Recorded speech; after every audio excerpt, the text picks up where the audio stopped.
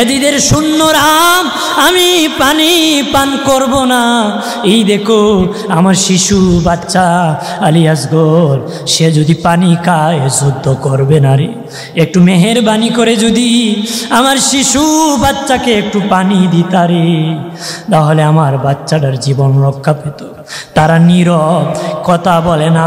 নীরবতা অনুমতির লক্ষণ। উনি ভেবেছেন অনুমতি দিয়েছে।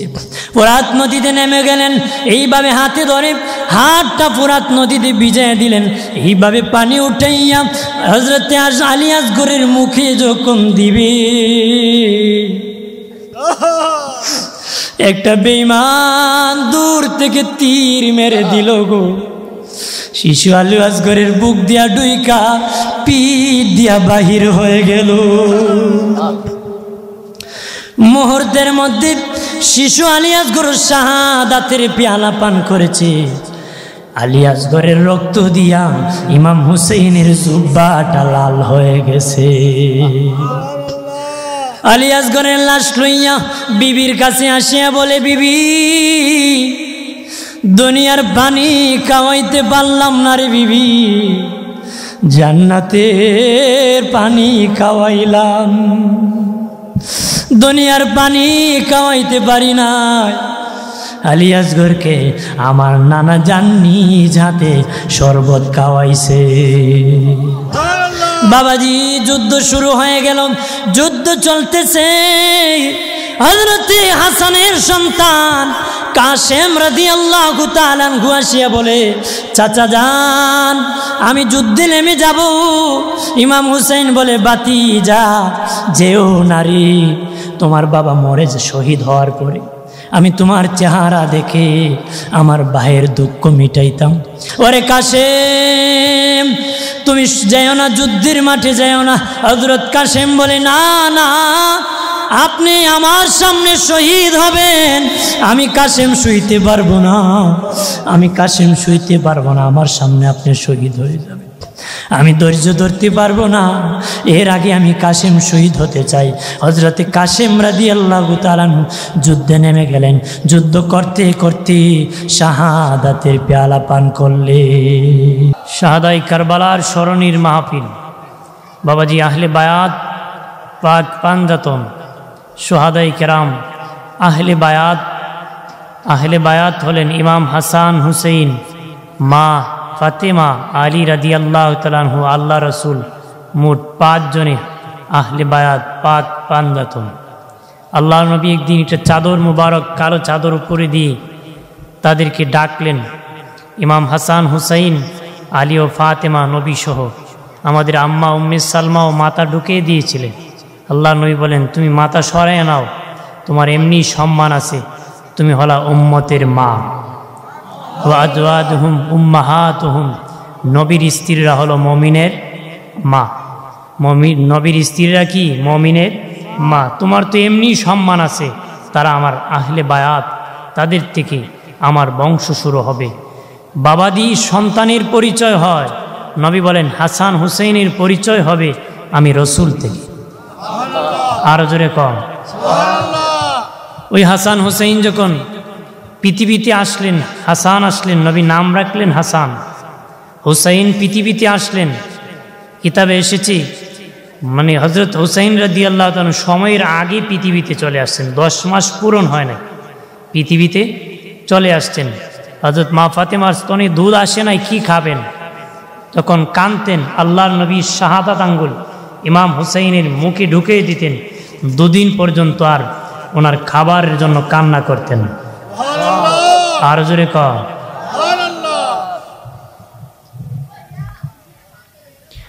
আমার প্রাণের বাবাদীপ, দুস্থ বুজুর্গরা আদর করে নবী নাম রেখেছে হাসান হুসাইন। 2টি নাম জান্নাতি নাম। নবী কত ভালোবেসেছেন দিনের নবী, পৃথিবীর মানুষকে নাতিদের ভালোবাসা শিক্ষা দিয়েছে। নাতিকে কিভাবে ভালোবাসতে হবে সেই শিক্ষা নবী দিয়ে গেছে। পৃথিবীর মানুষ জানতো না চুমু খেলে ভালোবাসা হয়, গালে চুমু দিলে দে ভালোবাসা হয়, পৃথিবীর মানুষ জানতো না। আল্লাহর নবী হাসান হুসেইনের গালে চুমু দিয়ে পৃথিবীর মানুষকে ভালোবাসা শিক্ষা দিয়েছে। আমার প্রাণের বাবাজি খেয়াল করেন ভালো করে, ইমাম হাসান হুসেইন আল্লাহর নবীকে ডেকে বলে, ইয়া রাসূল আনা যান। হাসান বলে, হুসেইন বলতেছি, আমি হাসান বলতেছি, আল্লাহর দরবারে আপনার মর্যাদা বেশি না আমাদের মর্যাদা বেশি, একটু বলবেন নি গো? আমাদের মর্যাদা বেশি না আপনার মর্যাদা বেশি, একটু বলে দেন। নবী বলেন, বলো হাসান, তুমি বলো কার মর্যাদা বেশি? দুই ভাই ডেকে বলে, নানাজি আমি যদি বলি গো আমাদের মর্যাদা বেশি। নবী বলেন, কেমনে তোমাদের মর্যাদা বেশি? একটু মেহেরবানি করে বলে দাও। ইমাম হাসান ডেকে বলেন, ও নানা, আমাদের মা হলেন খাতুনে জান্নাত ফাতেমাতুজ জোহরা, জান্নাতের নারীদের সরদার হবে আমাদের মা জননী, আমাদের মা জান্নাতের সরদার। আমি জানতে চাই গো নানা, আপনার মা কোন জান্নাতের সরদার? নবী মুস্কিও হাসে, চোখের পানিও ছাড়ে। এবার বলো নানা। ইমাম হাসান ডেকে বলে, নানা আমাদের বাবা হলেন আসাদুল্লাহিল গালিব, শেরে খুদা। আমার বাবা জীবনে কোনোদিন কোনো যুদ্ধে পরাজিত হয় নাই। আমার বাবা আপনার কাছে প্রথম মুসলমান, যুবকের মধ্যে প্রথম মুসলমান হয়েছিল। আমার বাবা যুদ্ধের সেনাপতি। নানা গো জানতে চাই আপনার বাবা কোন যুদ্ধের সেনাপতি? আল্লাহু আকবার বলেন না। আপনার বাবা কোন যুদ্ধের সেনাপতি? নবী চোখের পানি ছেড়ে বলে, নানা বলো গো। এবার ডেকে বলে, নানা আমাদের নানি যান, আপনি গারে হেরাত থেকে যখন দিনের দাওয়াত নিয়ে গিয়েছিলেন, সর্বপ্রথম আমার নানি আপনার কালেমা গ্রহণ করেছিলেন। আপনি যখন দিনের জন্য দাওয়াত দেওয়া শুরু করে দিয়েছিলেন, যত ধন সম্পদ ছিল আপনি রাসূলুল্লাহকে আমার নানি দান করে দিয়েছিল। ইমাম হাসান ডেকে বলে, আমার নানি প্রথম মুসলমান। নানা জানতে চায় আপনার নানি কত নম্বর মুসলমান? নবী বলেন, হাসান বলো রে, চোখের পানিও ছেড়েন। এবার শুনেন গো নানা, আমাদের নানার পরিচয় আপনি শুনেন। তিনি রাহমাতাল্লিল আলামিন, শফিউল মুজনিবিন, ইমামুল মুরসালিন, খাতামুন নবীন, যিনি নবীদের নবী, রাসূল কুল সরদার, নবী কুল ঈমান, রাসূল কুল ঈমান, নবী আহমদ মুস্তাফা, মুহাম্মদ মুস্তাফা সাল্লাল্লাহু তাআলা আলাইহি ওয়াসাল্লাম আমার নানা শেষ নবী। ও নানা জানতে চাই আপনার নানা কোন নবী? নবী মুস্কি হাসেন আর চোখের পানি ছেড়ে কই, ওরে ভাই হাসান হুসাইন, সত্যি তোমাদের আমার চেয়ে অনেক দাম বেশি। আরো জোরে বলে, কার উসিলায় দাম? নানার উসিলায় দাম। সুবহানাল্লাহ বলে না? কেমন প্রেমের খেলা! নবী কয়, বাইরে তোমাদের দাম আমার চেয়ে বেশি, কারণ তোদের নানারও বড় দাম, নানিরও বড় দাম, তোদের বাবারও বড় দাম, মারও বড় দাম, এই জন্য তোদের আমার চেয়ে বড় দাম। এবার হাসান বলে, আমার দাম বেশি না হুসাইনের দাম বেশি? হুসাইন বলে, না না হাসানের দাম বেশি না আমার দাম বেশি? নবী বলেন, দাঁড়াও তোদেরকে আমি বলে দিই, তোমরা কালেমা পড়ে আমাকে শোনাও। দুই ভাই কালেমা পড়ে শুনাইছে। নবী কয়, মনে হয় আল্লাহর কসমকে বলি বাবা নাতি হাসান, মনে হয় হাসান বললে হুসাইনের কালেমা, হুসাইন বললে হাসানের কালেমা আমি অনুভব করতে পারি নাই। কে পড়েছো তোমরা কালেমা? দুজনের কালেমা অনেক সুন্দর। নবী বলেন, কালেমা লেখে দেখাও। লেখে দেখাইলে নবী বলেন, আল্লাহর কসম খেয়ে বলি ও নাতি, হাসানের লেখার দিকে তাকাইলে মনে হয় হুসাইনের লেখা, হুসাইনের লেখার দিকে তাকাইলে মনে হয় হাসানের লেখা। আমি অনুভব করতে পারি না, দাঁড়াও, যে লম্বা হবে রে তার মর্যাদা বেশি হবে। নই ভাবছেন হাসান 11 মাসের বড়, সে একটু বড় হবে, দাঁড়ানো মাত্র দেখা যায় সমান। জিবরিল আমিন স্কেল আনি এখন নবী মাপ দেন, যে বড় হবে তার মর্যাদা বেশি, সমান হলে আল্লাহর দরবারে সমান হবে। স্কেল মাপকাঠি দিয়ে কয় সমান। আল্লাহর নবীকে জিবরিল বলে তাদের ইজ্জত সম্মান আল্লাহর কাছে সমান। নবী বিদায় হয়ে গেলেন, বাবা মাও বিদায় হয়ে গেলেন। বাবাজি নবীর বিদায়ের 6 মাস পরে আতুনে খাতুনে জান্নাত ফাতেমাতুজ জোহরা বিদায় হয়ে গেলেন, হযরতে আলীও বিদায় হয়ে গেলেন। 2 ভাই বড় মনমরা, 2 ভাই বড় মনমরা। বাবাজি নবী বলেছেন আমার বিদায়ের পরে খেলাফত থাকবে, খেলাফত থাকবে 30 বছর। 30 বছর পর্যন্ত খলিফা আমার বলা যাবে। 30 বছর পরে আমি রসুলের খলিফা আর কেউ দাবি করতে পারবে না রে। এরপরে আর খলিফাতুর রসুল, রসুলের খলিফা কেউ বলতে পারবে না। আমির বলা যাবে, বাদশাহ বলা যাবে, উত্তরসূরি বলা যাবে, রাজা বলা যাবে, কিন্তু রসুলের খলিফা বলা যাবে। নবী বলেন আমার বিদায়ের পরে খেলাফত 30 বছর, আমার খলিফা 30 বছর পর্যন্ত থাকবে। নবীর বিদায়ের পরে প্রথম খলিফা আবু বকর, দ্বিতীয় খলিফা হযরত ওমর, তৃতীয় খলিফা উসমান গনি জিন্নুরাইন, চতুর্থ খলিফা হযরত আলী রাদিয়াল্লাহু তাআলা আনহু। হযরত আলী যেদিন ইন্তেকাল করেছেন ওই দিন থেকে আরো 6 মাস বাকি রয়েছিল 30 বছর পূরণে। 30 বছর খেলাফতের আরো 6 মাস বাকি রয়েছিল। সবাই মিলে বললেন হাসানকে খেলাফতে বসায় দাও। সবাই মিলে হযরতে হাসান রাদিয়াল্লাহু তাআলা আনহুকে খেলাফতির দায়িত্বে বসায় দিলেন। 6 মাস যখন চলে গেল, এখন তো আর খলিফা না, আমির বলা যাবে, বাদশা বলা যাবে, রাজা বলা যাবে। কেউ বলল হাসান ক্ষমতায় থাকবে, আর কিছু লোক বলল না না, আলী রাদিয়াল্লাহু তাআলা আনহুর পরে বাদশার দায়িত্বে মুআবিয়া রাদিয়াল্লাহু তাআলা আনহু বয়সের দিকে বড়, উনি দায়িত্বে বসবে, ওনাকে রাখবে। 2টা দল হয়ে গেল। 2 দলের মধ্যে কম নয়, এক একজনের সাথে এক একজনে এক এক দল হয়ে গেল। 2টা দল হয়ে গেল। আমার দিনে নবী বলেছেন আমার বেটা হাসানের দ্বারা আমার 2 টুকরা উম্মত একত্র হবে।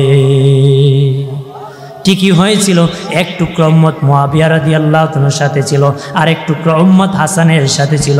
গোল টেবিলে ডাকলেন মুআবিয়া রাদিয়াল্লাহু তাআলার কাছে, বললেন ও মুআবিয়া আমি থাকবো না, 2টা দল হয়ে গেছে, আমি আপনার কাছে গদি দিয়ে দিব কয়েকটা চুক্তি, কয়েকটা চুক্তির মধ্যে 2টা চুক্তির কথা বলি। উনি বললেন আমার বাবা আলীর সাথে আপনার একটা যুদ্ধ হয়েছিল, ভুল বুঝাবুঝি যুদ্ধ হয়েছিল। ওগো মুআবিয়া আমার বাবার পক্ষের অনেক লোক জীবিত আছে, আপনি ক্ষমতায় গেলে তাদের বিপক্ষে অ্যাকশন নিতে পারবা না। মুআবিয়া রাদিয়াল্লাহু তাআলা বলেন ঠিক আছে, আমি তাদের বিপক্ষে কোনো অ্যাকশন নিব না।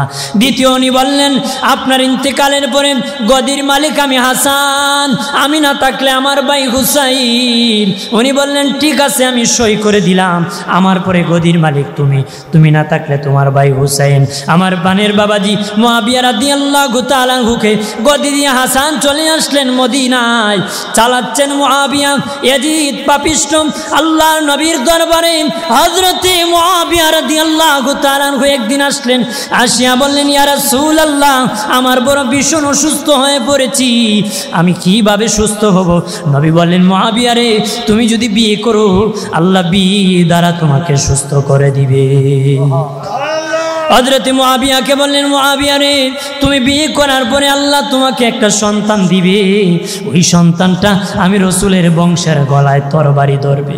মুআবিয়া চিৎকার দিয়া বলেন নবী আমি বিয়ে করব না। নবী বলেন তাহলে তুমি সুস্থ হইবা না। 80 বছরের বেশি একজন মহিলাকে উনি বিয়ে করেছেন, আল্লাহর কুদরত বোঝা যায় না। 80 বছরের বেশি বয়সের মহিলার ঘরে একজন সন্তান আল্লাহ দিয়েছে, নাম রাখছে এজি। নাউজুবিল্লাহ। বাবাজি কিতাবের মধ্যে এসেছে ইয়াজিদের গৃহশিক্ষক ছিল ইহুদি। গৃহশিক্ষক কি ছিল? ইহুদি। ইহুদিরা এমন জাতি যারা একদিনে 70,000 নবীকে কতল করেছিল। নাউজুবিল্লাহ বলেন না। বলতে পারেন এত নবী পাইল কই? আগে এখন ইমাম যেইভাবে চতুর্দিকে পাড়ায় পাড়ায় ইমাম সাহেব আছে, এইভাবে আল্লাহ আগে প্রত্যেক জাতির জন্য নবী পাঠাতেন। ইহুদিরা একদিনে 70,000 নবীকে কতল করেছিল। উস্তাদ যদি নবী হত্যা করে, বাবাজি ছাত্র নাতি হত্যা করা তার জন্য ব্যাপার না রে। উস্তাদে যদি নবী হত্যা করে, নাতি ছাত্রর জন্য নবীর নাতি হত্যা করা কোনো ব্যাপার? এটার গৃহশিক্ষকের শিক্ষা পারি, এই শিক্ষকের শিক্ষার থেকে দুষ্ট হয়ে দাঁড়াইছে। কথা বলেন ঠিক কিনা?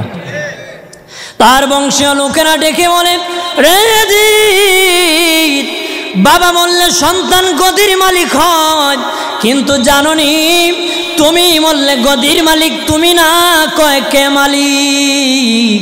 ওই চুক্তিনামাতে লেখা আছে হুসাইন হাসান হলো গদির মালিক, হুসাইন হাসান না থাকলে হুসাইন মালিক। এবারে জিদ ষড়যন্ত্র চালালো হাসানকে কিভাবে হত্যা করা যায়, বিষ খাওয়াই দিল। সংক্ষেপ করে দিলাম, তৃতীয় দিন বিষের দ্বারা হাসানের বাবাজি কাজ ঘোরা করে বিষ পান করায় দিল। নারী বুড়িগুলা বের হতে শুরু করলো। সন্তান কাসিমকে ডেকে বলেন, বাবা কাসেম, দেখ রে আমার ভাই হুসাইন কোথায় আছে। গিয়ে দেখে রসুলের রওজায় ইমাম হুসাইন দোয়া করতেছি। দৌড়ায় আসলেন, গলায় ধরে কান্দেন, বলেন বাইরে চিরবিদায় দাও, আর কোনো দিন তোমার সাথে দেখা হবে না রে।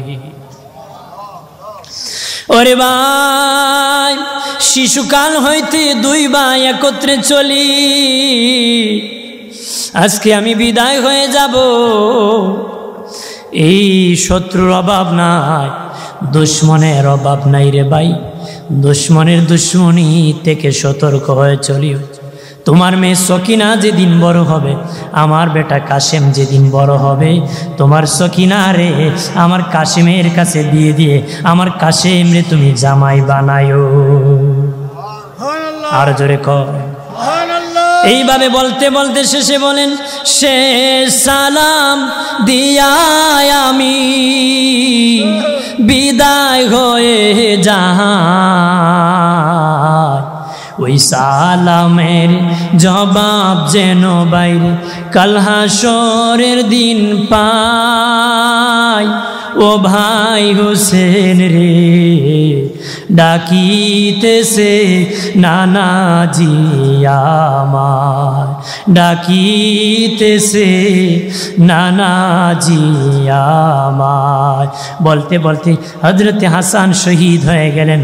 ইন্না লিল্লাহি ওয়া ইন্না ইলাইহি রাজিউন। মদিনায় জান্নাতুল বাকিতে মা ফাতিমার পাশে হাসানকে কবর দেওয়া হয়। বাবাজি ইমাম হুসাইন বড় মন মরাম। এইদিকে মুআবিয়া রাদিয়াল্লাহু তাআলা আনহু সুস্থ হতে লাগলেন। উনি যখন অসুস্থ হতে লাগলেন, চিঠি লিখলেন ইমাম হুসাইনের কাছে। চিঠির মধ্যে লিখলেন, ও হুসাইন, তোমার ভাই হাসানের সাথে চুক্তি ছিল, আমি মরে গেলে তোমার ভাই ক্ষমতা পাবে। তোমার ভাই শহীদ হয়ে গেছে, এবার গদির মালিক তুমি, তোমার গদি বুঝে তুমি নিয়ে যাও। আমি অসুস্থ হয়ে পড়েছি, কিন্তু পাপিষ্ঠ জিদ ওই চিঠি কানা মদিনায় পৌঁছতে দেয় নাই। চক্রান্ত করে মদিনায় সে চিঠি পৌঁছতে দেয়। নিজের বাবাকে বন্দি করে হত্যা করে দিয়েছে, আর মানুষকে জনগণকে বলেছে আমার বাবা অসুস্থ, আমাকে বলেছে দেশ চালানোর জন্য। মুআবিয়া রাদিয়াল্লাহু তাআলা আনহু কত বড় আশিক রাসূল ছিলেন। এক সাহাবীর কাছে একটা শিশি দিয়া বললেন, ও সাহাবী সালমান ফারসি রাদিয়াল্লাহু তাআলা আনহু যখন নবীর নখ মুবারক কাটতরে, বড় বড় নখ মুবারক আমরা দাফন করে দিতাম, আর কণা কণা নখ মুবারক মাটিতে যখন পড়ে যেত, আমি মুআবিয়া আমার জিহ্বা লাগাইয়া চাটিয়া চাটিয়া উঠাইতাম, আর শিশির ভিতরে রাখছি। আমি মুআবিয়া যেদিন মরে যাব, আমার চোখে মুখে নবীর নখ মুবারক সুরমা হিসাবে লাগাইয়া দিও। আর জীবনের কোনো কিছু যদি কবুল না হয়ে থাকে, নবীর নখ মুবারকের উসিলায় আল্লাহ আমার কবরকে জান্নাতের বাগান বানায় দিবে। নবী বলেছেন, আমার উম্মতের মধ্যে সর্বপ্রথম মুসলমানের পক্ষে নৌবাহিনী যে আবিষ্কার করবেন তারে আল্লাহ মাফ করে দিবে। কিতাবের মধ্যে আসছে, নবীর সাহাবীর মধ্যে উম্মতের মধ্যে সর্বপ্রথম যিনি নৌবাহিনী আবিষ্কার করেছিলেন উনি হলেন আমিরে মুআবিয়া রাদিয়াল্লাহু তাআলা আনহু। সুবহানাল্লাহ বলেন না? আমার প্রাণের বাবাজি, জুমাবারে ইয়াউমুল জুমআ, জুমার কাজ নখ কাটা, গুপ কাটা, মুছ কাটা, কিন্তু জুমা ছাড়াই নখ কেটেছেন, মুছ কেটেছেন। বাবাজি সুন্নতগুলা পালন করেছেন। আজকে আমাদের নখ কাটারও সুন্নত নাই, যেদিন মনে হয় সেদিন কাটি, মুছ যেদিন মনে হয় সেদিন কাটি। বাবাজি সুন্নত তরিকায় জুমার কাজ, জুমাবারে কাজ, ঈশ্বরের মসজিদের মধ্যে নামাজ পড়বেন, আল্লাহ বরকত দান করবে। এর উসিলায় হয়তো আমার আল্লাহ আমাদেরকে ক্ষমা করে দিতে পারে। আমার বানের বাবাজি তার বাবাকে বন্দি করে রেখে দিল, আর ক্ষমতা হাতে নিয়ে, প্রশাসন হাতে নিয়ে কয় আমার বাবা আমাকে খেলাফত দিছে, রাজত্ব দায়িত্ব দিছে, জোর করে ক্ষমতা নিছে। একই সিস্টেমে আজও সৌদি আরবে বাবাকে বন্দি করে, চাচাকে বন্দি করে ক্ষমতা দখল করে। সেম হুবু ক্ষমতা এজিদ দখল করেছিল রে। পান্নাম নিউজ কি করছে, বাদশাহ ছেলে বাদশাকে বন্দি করে ক্ষমতা নিয়ে গেছে। এরকম এজিদ ক্ষমতা নিয়েছিল তার বাবাকে গোপন রেখে। আমার বাবা বলেছে দেশ চালানোর জন্য, দেশ চালিয়ে প্রশাসন সব তার হাতে নিয়ে কয় আমার বাবা রাজত্ব দিয়েছে, তাকে দাফন করে ফেলছে। নাউজুবিল্লাহ বলে না? এইভাবে হুসাইনের প্রতি জুলুম নির্যাতন, চিঠি পাঠালো বায়াত মৌ, চিঠি দিতে দিতে কুপা থেকে 120টা মতান্ত 60টা 120টা যাওয়ার পরে ইমাম হুসাইন বলেন না আমি কুপায় চলে যাব। শেষের চিঠির মধ্যে লিখেছে হুসাইন তুমি যদি না আসো তাহলে আমরা এজিদের কাছে বায়াত গ্রহণ করব, এজিদের কাছে বায়াত গ্রহণ করব। কিয়ামতের দিন আল্লাহর দরবারে, আপনার নানার দরবারে আপনার বিপক্ষে মামলা দিব। আমরা চিঠি লিখেছি, আপনার নাতি আসে নাই, বাধ্য হইয়া এজিদের কাছে বায়াত গ্রহণ করেছি। নাউজুবিল্লাহ। কত বড় কৌশল! এই সময় কথা ছিল কুফাবাসীর কথা আর কাজে মিল আছে, আর মুনাফিক আছে। কি আছিল? এরা কইতো একটা করতো একটা, কইতো একটা করতো। আমার প্রাণের বাবাজি সবাই বংশীয় লোকেরা বলল রে হুসাইন যাওয়া যাবে না। ইমাম হুসাইন বলে না না আমি চলে যাব। বলেন ঠিক আছে, প্রতিনিধি পাঠিয়ে দাও। কাকে পাঠাবো? আমার চাচুত্তো ভাই মুসলিম বিন আকিলকে প্রতিনিধি করে পাঠাবো। মুসলিম বিন আকিল প্রতিনিধি হইয়া বাড়ি থেকে গো বের হলো গো। ওনার দুইটা বাচ্চা ছিল, নাম ইব্রাহিম আর মোহাম্মদ। ছোট্ট বাচ্চা বিনয় বিনয় বাবার কাছে কান্দে, ডেকে বলে বাবা ও আব্বা আমাদের মা নাই, কই যাও? রাতের বেলা সিনা জড়াইয়া তোমাকে ধরে ঘুমাই, আমরা কার কাছে ঘুমাইব? বাবাজি মুসলিম বিন আকিল বলে না বাবা আমি ইমাম হুসাইনের প্রতিনিধি হইয়া কুফায় যাচ্ছি, আমি চলে যাচ্ছি, তোমরা বাসায় যাও। না না সঙ্গী করে নিয়ে দিল। সংক্ষেপ করতেছি বাবাজি, 1 সপ্তাহে 40,000 লোক বায়াত হয়েছে। মুসলিম বিন আকিল চিঠি লিখেছেন হুসাইন দেরি করিও না, দেরি করিও না। চিঠি পেয়ে ইমাম হুসাইন চিঠি পেয়ে রওনা করছেন। ইয়াজিদ উবাইদুল্লাহ ইবনে জিয়াদ হারামজাদাদার বাবা ঠিক নাই, ওই হারামজাদাকে কুফার গভর্নর বানালো, আর কুফার গভর্নরকে অন্য জায়গায় গভর্নর বানায় পাঠিয়ে দিল। ওই উবাইদুল্লাহ হারামজাদা হুসাইন ঢুকার আগে ঢুকে গেল, আর হুমকি দামকি দিয়ে দিল। 40,000 যে বায়াত হয়েছিল ভাগিয়া চলে গেল, ভাগিয়া চলে গেল। আর ইমাম হুসাইন ঢুকা আমার তো ভয়ঙ্কর টের পেলেন, ভয়ঙ্কর। ওই কুফা তমতম এক জায়গার মধ্যে পৌঁছলেন, শক্ত মাটির মধ্যে ঘোড়ার পাও দেবে যাচ্ছে। ওনার বোন জয়নব ডেকে বলে ভাই এত জায়গা পার হলাম, ঘোড়ার পাও তো এইভাবে দাবে নাই রে ভাই, এটা কোন জায়গা? আমার নানা বলেছেন আমি আমার শাহাদাতের জায়গায় গেলে পা ঘোড়ার দেবে যাবে। বন্ডে আরো বাকি রয়েছে, কাঠ কাটতে গেলেন, লাকড়ি কাটতে গেলেন। দুনিয়ার নিয়ম হলো কাঠ কাটলে কষ বের হয়। উনি যখন ওই যার কারবালার গাছে কোপ দিয়েছেন, কাঠ কাটবেন, বাবাজি কষের বদলা রক্ত বের হতে লাগলো। মাটি খনন করলে পানি বের হয়, ওই সময় মাটি থেকে রক্ত বের হয়। ভয়ঙ্কর জায়গা, ভয়ঙ্কর জায়গা। বাবাজি তাবু বানাইলেন, ভয়ঙ্কর চলতেছে। ইমাম হুসাইন রাদিয়াল্লাহু তাআলা আনহু ডেকে বললেন, ও আমার সঙ্গী সাথীরা, তোমরা চলে যাও, আমার সাথে থাকা লাগবে না। আমাকে শহীদ করার জন্যই কারবালার মধ্যে এনেছে, শহীদ করে দিবে। তারা তোমাদেরকে মারার জন্য আসে নাই, আমি হুসাইনকে মারার জন্য তারা এসেছে। তোমরা সবাই আমাকে রেখে চলে যাও। তারা বিনয়ে বিনয়ে বলে, ওগো হুসাইন, আপনি কারবালায় শহীদ হইবেন আর আমরা বাড়ি চলে যাব? হতে পারে না। আমরা কিভাবে দয়াল নবীর সামনে চেহারা দেখাবো? আমরা কারবালায় আপনাকে রেখে যেতে পারবো না রে। আমার বানের বাবাজি 9 তারিখ দিবাগত রাত্রিতে সবাইকে নিয়ে ঘুমায় গেলেন, সবাইকে নিয়ে ঘুমিয়ে গেলেন। আম্মাজান শাহার বানু স্বপ্নে দেখলেন একজন মহিলা আওলা বেশে, পাগলনির বেশে কারবালার ময়দান চুল দিয়া ঝাড়ু দিতেছে, ঝাড়ু দিতেছে।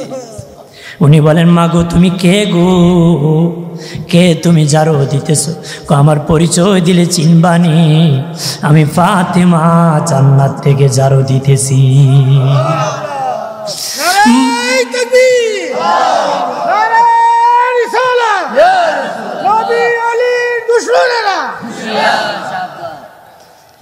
আম্মাজান শাহার বানু ডেকে বলেন, মা, মাগো মা,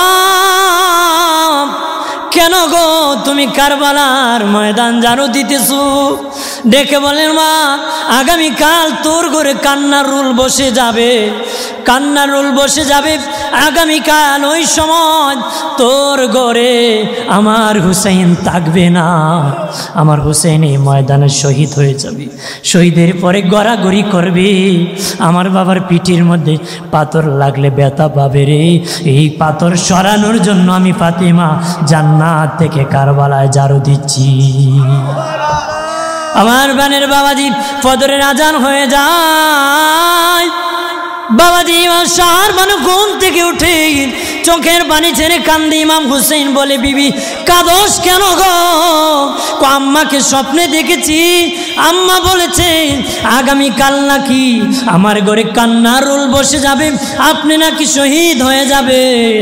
ইমাম হুসাইন কয়, বিবি এটা নতুন নয়, আমার নানা জান বলেছে আমি কারবালায় শহীদ হয়ে যাব। ফজরের আজান হয়ে যায়, ইমাম হুসাইনের তাবুতে আজান হয়েছে, বাবাজি এজিদের তাবুতে আজান হয়েছে। এক একজনের তাবুতে নামাজ শেষে এজিদ বাহিনী ফুরাত নদীর মধ্যে বাবাজি পানি আটকায় দিয়েছে, পানি আটকায় দিয়েছে, যুদ্ধের জন্য ডাকতেছে। দেখে বলে, হুসাইন তোমাকে কারবালায় এনেছি, যদি পানি পাও, পানি যদি খাইতে চাও তুমি এজিদের কাছে বায়াত গ্রহণ করো। হযরত হুসাইন বলে, জীবন দিয়ে দিব, একটা মদকুর, একটা বেনামাজি পাপিষ্ঠের কাছে বায়াত নিতে পারি না। কথা বলেন ঠিক কিনা? এমন পাপিষ্ঠ এজিদ আল্লাহর কাবা ঘরেও আগুন লাগিয়ে দিয়েছিল, নাউজুবিল্লাহ বলেন না। এমন পাপিষ্ঠ এজিদ আমার দিনের নবীর মসজিদ নববীর মধ্যে 3 দিন আজান বন্ধ করেছে, একামত বন্ধ করে দিয়েছে, জামাতে নামাজ বন্ধ করে দিয়েছে গো। 3 দিন মসজিদ নববীর মধ্যে ঘোড়া গাদা বেঁধেছে, ঘোড়া গাদা আমার নূরের নবীর মসজিদ নববীর মধ্যে লেদাইছে, সেনাইছে। নবীর একজন অন্ধ সাহাবী বলেন, আমি আমার দিনের নবীর রওজার পাশে বসে রয়েছিলেন, স্বাভাবিকভাবে মসজিদ নববীতে আজান হয় নাই, একামত হয় নাই, জামাত হয় নাই, কিন্তু আমি সাহাবী আমার দিনের নবীর রওজা থেকে আজান শুনেছি, একামত শুনেছি, আমার নূরের নবীর পাশনে আমি সাহাবী 5 ওয়াক্ত নামাজ পড়ছি। আরো জোরে বলে, আমি নামাজ পড়েছি। আমার প্রাণের বাবাজি, ওই পাপিষ্ঠ এজিদ বাহিনীরা বলে আসো আসো। আর দিনের শিশু বাচ্চা আলী আসগর শুকিয়ে গেছে, স্তনে দুধ নাই, সাহার বানুর জিব্বা শুকিয়ে গেছে। ডেকে বলে স্বামীরে, তারা তো দেখেছি নামাজ পড়েছি, তারা ফজরের পরে দেখেছি কোরআন তেলাওয়াত করেছে। আমার বিশ্বাস স্বামী তাদের দিল নরম হবে, যেহেতু তারা নামাজ পড়ছে। মনে হয় আমার আলী আসগরকে পানি দিবে। ইমাম হুসাইন ডেকে বলেন, এ বিবি, তারা যদিও নামাজ পড়েছেন, যদিও রে বিবি কোরআন তেলাওয়াত করেন, তাদের দিল বড় শক্ত রে বিবি, তারা কোনোদিন আমার সন্তানকে পানি দিবে না রে। এরপরে স্ত্রীর মনকে রক্ষা করার জন্য ইমাম হুসেইন আলী আসগর শিশু বাচ্চাকে কুলে উঠাইয়া ফুরাত নদীর পারে যায় বলে, এদিদের শূন্য রাম, আমি পানি পান করব না। এই দেখো আমার শিশু বাচ্চা আলী আসগর, সে যদি পানি খায় যুদ্ধ করবে না রে। একটু মেহেরবানি করে যদি আমার শিশু বাচ্চাকে একটু পানি দিতারে, তাহলে আমার বাচ্চাটার জীবন রক্ষা পেত। তারা নীরব, কথা বলে না। নীরবতা অনুমতির লক্ষণ। উনি ভেবেছেন অনুমতি দিয়েছে। ফোরাত নদীতে নেমে গেলেন, এইভাবে হাতে ধরে হাতটা ফোরাত নদীতে ভিজিয়ে দিলেন। এইভাবে পানি উঠাইয়া হযরত আলী আসগরের মুখে যখন দিবে, একটা বেঈমান দূর থেকে তীর মেরে দিল গো। শিশু আলী আসগরের বুক দিয়া ডুইকা পিঠ দিয়া বাহির হয়ে গেল। মুহূর্তের মধ্যে শিশু আলী আসগর শাহাদাতের পেয়ালা পান করেছে। আলী আসগরের রক্ত দিয়া ইমাম হুসেইনের জুব্বাটা লাল হয়ে গেছে। আলী আসগরের লাশ লইয়া বিবির কাছে আসিয়া বলে, বিবি, দুনিয়ার পানি খাওয়াইতে পারলাম না রে বিবি, জান্নাতের পানি খাওয়াইলাম, দুনিয়ার পানি খাওয়াইতে পারি না। আলী আসগরকে আমার নানা জান্নি যাতে শরবত খাওয়াইছে। বাবাজি, যুদ্ধ শুরু হয়ে গেল, যুদ্ধ চলতেছে। হযরতে হাসানের সন্তান কাসেম রাদিয়াল্লাহু তাআলা আনহু আসিয়া বলে, চাচা যান, আমি যুদ্ধে নেমে যাব। ইমাম হুসাইন বলে, বাতি যা, যেও নারী, তোমার বাবা মরে শহীদ হওয়ার পরে আমি তোমার চেহারা দেখে আমার ভাইয়ের দুঃখ মিটাইতাম, তুমি কাসেমের চেহারা দেখে আমার ভাই অনুভব করতাম রে। ওরে কাসেম, তুমি যাও না, যুদ্ধের মাঠে যাও না। হযরত কাসেম বলে, না না, আপনি আমার সামনে শহীদ হবেন, আমি কাসেম সইতে পারবো না, আমি কাসেম সইতে পারবো না, আমার সামনে আপনি শহীদ হয়ে যাবেন, আমি ধৈর্য ধরতে পারবো না, এর আগে আমি কাসেম শহীদ হতে চাই। হযরতে কাসেম রাদিয়াল্লাহু তাআলা আনহু যুদ্ধে নেমে গেলেন। যুদ্ধ করতে করতে শাহাদাতের পেয়ালা পান করলে ইমাম হুসাইন রাদিয়াল্লাহু তাআলা আনহু সন্তানও আসিয়া বলে, আব্বা জান, যুদ্ধে নেমে যাব গো। ডেকে বলেন, বাবা না না, যেও না, আমার ভাই কাসেম বড় ভাই শহীদ হয়ে গেছে, আমার শাহাদাতের পিপাসা লেগেছে, আমি গো বাবা শহীদ হয়ে যাব। আব্বাস সালামদার আসিয়া আমি শহীদ হয়ে যাব। একে একে একে একে যুদ্ধের মাঠে নেমে শাহাদাতের পেয়ালা পান করা শুরু করল। ইমাম জয়নুল আবিদিন ডেকে বলে, আব্বা অনুমতি দেন গো, একটু পানির যদি ব্যবস্থা করতেন তাহলে তো যুদ্ধ করে শত শত কাফেরকে ফেলে দিতাম, অনুমতি দেন, আমি যুদ্ধের মাঠে যাব। হযরত ইমাম হুসাইন বলে, বাবা জয়নুল আবিদিন, তুমি যুদ্ধে যাও না, তুমি তাঁবুতে থাকো, কারণ তুমি যদি শহীদ হয়ে যাও আমার নানার বংশ জয়নাল থাকবে না রে। ওরে আমার সন্তান জয়নুল আবিদিন, তুমি তাঁবুর মধ্যে চলে যাও, তুমি চলে যাও, তুমি যুদ্ধে যাইও না, আমার নানার বংশ তোমার থেকে শুরু হবে রে। ইমাম জয়নুল আবিদিনকে বোঝানোর পরে চলে গেলেন। ইমাম হুসাইন বলেন, আসো আমার পালা, যুদ্ধ করব। যুদ্ধ করতেছেন, কোনো বেঈমান পারে না।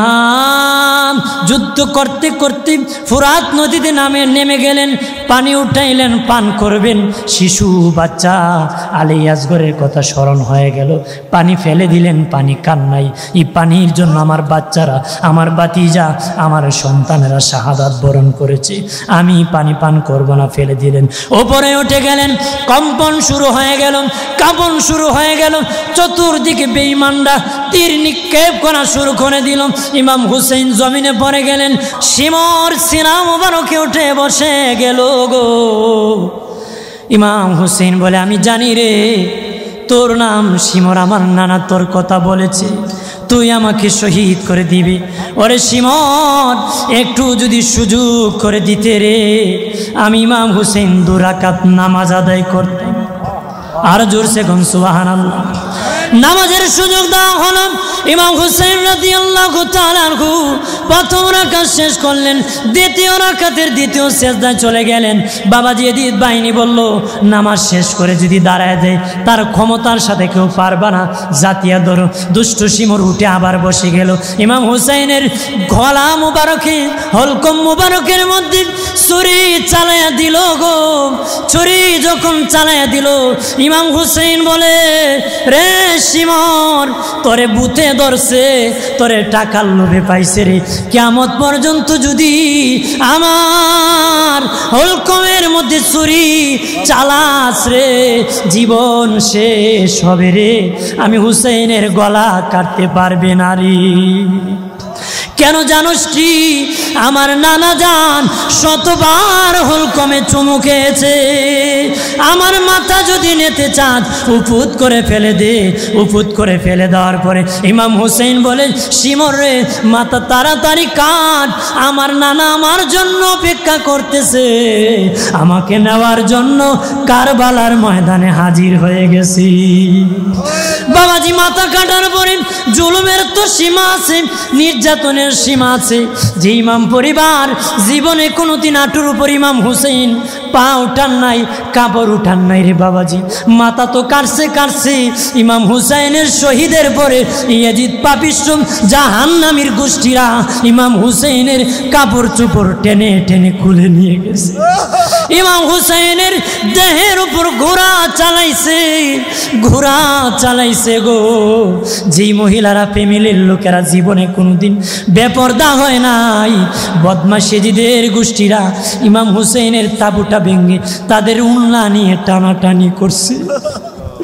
বাবাজি, যে পরিবারের ইমানের অংশ হয়ে আলোচনা করলে, তাদের আহলে বায়তের প্রেম ভালোবাসারে তাদের লাশ কারবালার মাঠে 3 দিন পরে রয়েছে, কেউ তাদেরকে দাফন করে নাই। 3 দিন পরে আমি গ্রামের লোকেরা আসিয়া দাফন করতে এসেছিল। তারা চিনে না কার লাশ, হুসাইনের লাশ, আব্বাস সালামদারের লাশ, কাসিমের লাশ, কার লাশ চিনতেছে না। হঠাৎ করে একটা যুবক ঘোড়া দৌড়ায় আসছে, আসে বলতেছি, এটা হাসানের হুসাইনের লাশ, আব্বাসের লাশ, এটা হলো ওয়াহাব কালবির লাশ, এটা অমুকের লাশ। বলে, তুমি কোথার থেকে আসলা? কে? তোমরা শুনেছ জয়নাল আবিদিন জেলখানায় আছে। আমরা ক্ষমতা দেখাই নাই, ক্ষমতা দেখালে একটাও যেতে পারতো না, আমরা দেখাই নাই। আমরা দেখো, যে জয়নাল আবিদিন এজিদের জেলখানায় আছে, সেই জয়নাল আবিদিন কারবালায় হাজির হয়েছে। এই জয়নাল আবিদিন জীবনে হাসেন নাই, শুধু এই দুঃখের কারণে তার সামনে এই শাহাদাতের পেয়ালা দেখেছেন।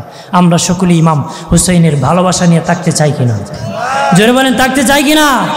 নবী বলেছেন, আমার আহলে বায়াত নূহ নবীর নৌকার মতো।